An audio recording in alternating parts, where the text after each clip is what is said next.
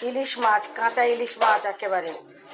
ওটাকে নারকেল পিষে, সর্ষে দিয়ে, নারকেল দিয়ে, কাঁচা লঙ্কা পিষেছি, আর কাঁচা তেল আর নুন দিয়ে মেখেছি।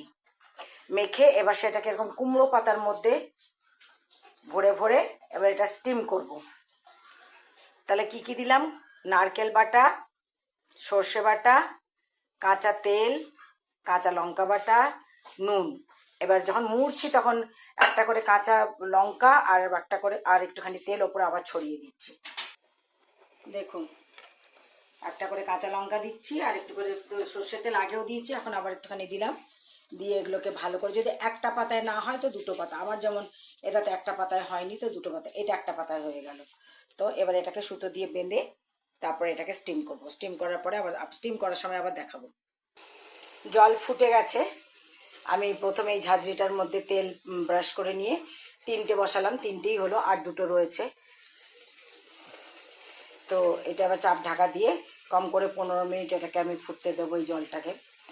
আসলে আমার জামাই এসেছে তো হঠাৎ করে সারপ্রাইজ দিয়েছে জামাই মেয়ে নাতিকে নিয়ে যাওয়ার জন্য। ওরা বাইরে থাকে, মানে ইন্ডিয়ার বাইরে। তো জামাই ষষ্ঠীতে তো থাকবে না, তাই আমি জামাইকে বলেছি যে তোমাকে আমি বানিয়ে বানিয়ে এক একদিন এক একটা খাইয়ে দেবো। জামাই ষষ্ঠী কী করবো, কবে জামাই ষষ্ঠীতে থাকেই না আমার জামাই, সে একবার না দুবার করতে পেরেছি। আচ্ছা, এরপর এটা হোক, তারপর আমি দেখাচ্ছি। হয়ে গেল, প্রায় 20 মিনিটের মতো রেখেছিল। এবার এই 3টে নামাবো, নামিয়ে বাকি 2টো বসাবো। এই যে দেখুন, এবার আমি খাওয়াটা দেখাতে পারবো না, কারণ আমার বাড়িতে কেউই ভিডিওতে মানে আসতে চায় না। মেয়ের তো মাঝে মাঝে দেখাই, তাই মেয়ে আমাকে চেঁচামেচি করে।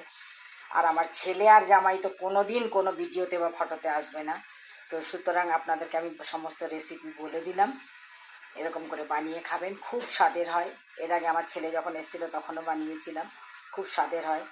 তখন অবশ্য কলা পাতায় করেছিলাম, আমি কুমড়ো পাতা দিয়ে এই জন্য করলাম যে কুমড়োর শাকটাও খাওয়া যাবে। তাহলে এরকম নারকেল সর্ষে দিয়ে আপনারা এরকম করে বানিয়ে খাবেন। আমার রেসিপি ভালো লাগলে আমার চ্যানেলটাকে সাবস্ক্রাইব করুন, কমেন্টস করুন আর লাইক শেয়ার করুন। আসি তাহলে, নমস্কার।